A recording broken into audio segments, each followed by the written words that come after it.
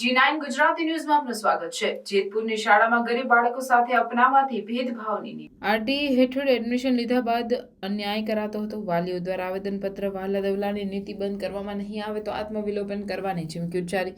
જેતપુર શહેરના જૂનાગઢ રોડ ઉપર આવેલ જીકે એન્ડ સીકે કોલેજની અંદર આવેલ પ્રાણલાલ છગનલાલ ગોડા ઇંગ્લિશ સ્કૂલના મેનેજમેન્ટ દ્વારા ગરીબ વાલીના બાળકો જે સરકારના નિયમો મુજબ આરટીઈ હેઠળ ભણી રહેલા છે તેવા વિદ્યાર્થીઓના ભવિષ્ય સાથે છેડા કરવાનો કિસ્સો સામે આવતા સ્કૂલ સામે વિદ્યાર્થીઓના વાલીઓમાં રોષ વ્યાપ્યો હતો।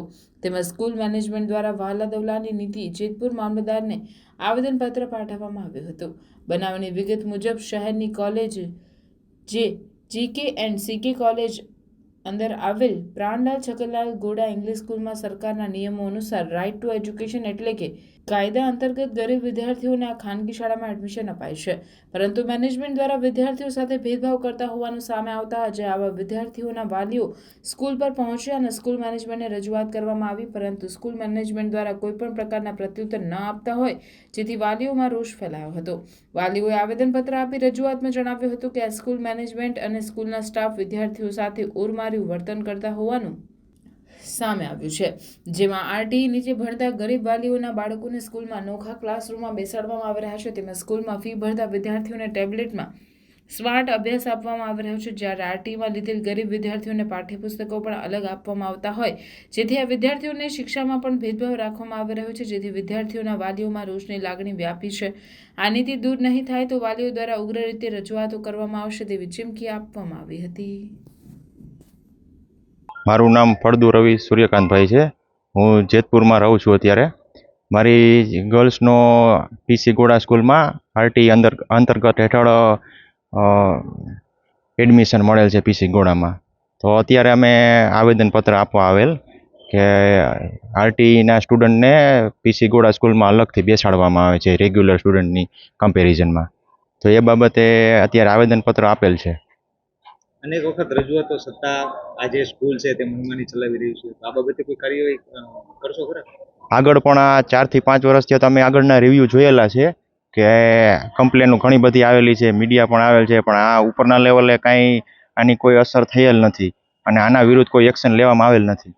ક્યાંક ને ક્યાંક એમ કહી શકે કે આ ધનાઢ્ય લોકો માટેની જ આ સ્કૂલ હોઈ શકે, જે નાના માણસો છે એને બાળકો અહીંયા ભણવા માટે તકલીફ ઉઠાવી રહ્યા છે। હા, રેગ્યુલર જે અત્યારે જે સ્ટુડન્ટ છે બધા કોઈ ઉદ્યોગપતિ હોય, મિલ માલિક હોય એના સ્ટુડન્ટ છે, તો એની સાથે ટૂંકમાં અલગ ક્લાસ રાખે તો એ ભેદભાવ જ કહેવાય। તો આ બાબતે શું કાર્યવાહી કરશો? આ બાબતે હવે ડિસ્ટ્રિક્ટ લેવલે એક અરજી આપવાની છે ડીઓ અધિકારીને, એ મોકલાવશું। તમારું નામ? મારું નામ વાડા જયદેવ એમુભાઈ, જેતપુરમાં ધોરાજી રોડ ઉપર રહું છું। મારી દીકરીનો વારો અહીંયા આરટી હેઠળ મળેલ છે, તો એમને ભેદભાવ કરીને અલગ બેસાડવામાં આવે છે અને અમે આગળ જાણેલું તો અમને એવી જાણવા મળેલું કે 4-5 વર્ષથી આ છોકરાઓને આરટી ભેદભાવ કરવામાં આવે છે। સરકાર એ લોકોને ગ્રાન્ટ આપે જ છે, અમારા છોકરાઓની ફી ચૂકવે જ છે, છતાં એ લોકો અલગ બેસાડે છે। અમે એમની પાસે લેખિતમાં માગેલું તો એ લોકોએ અમને એવું કીધેલું કે અમારે કોઈ લેખિતમાં આપવાની જરૂર નથી તમને, અમે જો તમે બહુ બળજબરી કરશો તમે પોલીસને બોલાવશો। એટલે અમે કીધું કે અમે કંઈ તોડફોડ કરેલ ને તમે પોલીસને બોલાવો, તો એ લોકોએ પછી ફોન મૂકી દીધો, પછી ફોન નથી કરેલા। અમે હવે શાસના અધિકારીને અને ડીપીઓ ઓફિસમાં આ બાબતની અરજી આપવાના છીએ, કાં અમને સ્કૂલ બદલાવી આપવામાં આવે અને કાં અમારો આરટી રદ કરવામાં આવે, કાંઈ વાંધો નહીં। એજ્યુકેશનમાં કે ભેદભાવ કરતા હોય એવું? એજ્યુકેશનમાં એ લોકો એવું નથી કીધું અમને। અત્યારે અમે એમ પૂછેલું હતું તો એ કે એ તો અમે અમારી રીતે બધાનો સિલેબસ સરખો જ આપશું, અમને આ લોકોને ચોપડા આપવામાં આવે છે આરટીએ વાળાને અને ઓલા લોકોને ટેબ આપવામાં આવે છે। અમારા રેગ્યુલર વાળા કોઈ તકલીફ નથી, પણ તો અમારા લોકો કેમ ભેદભાવ કરવામાં આવે છે એ માટે અમે આ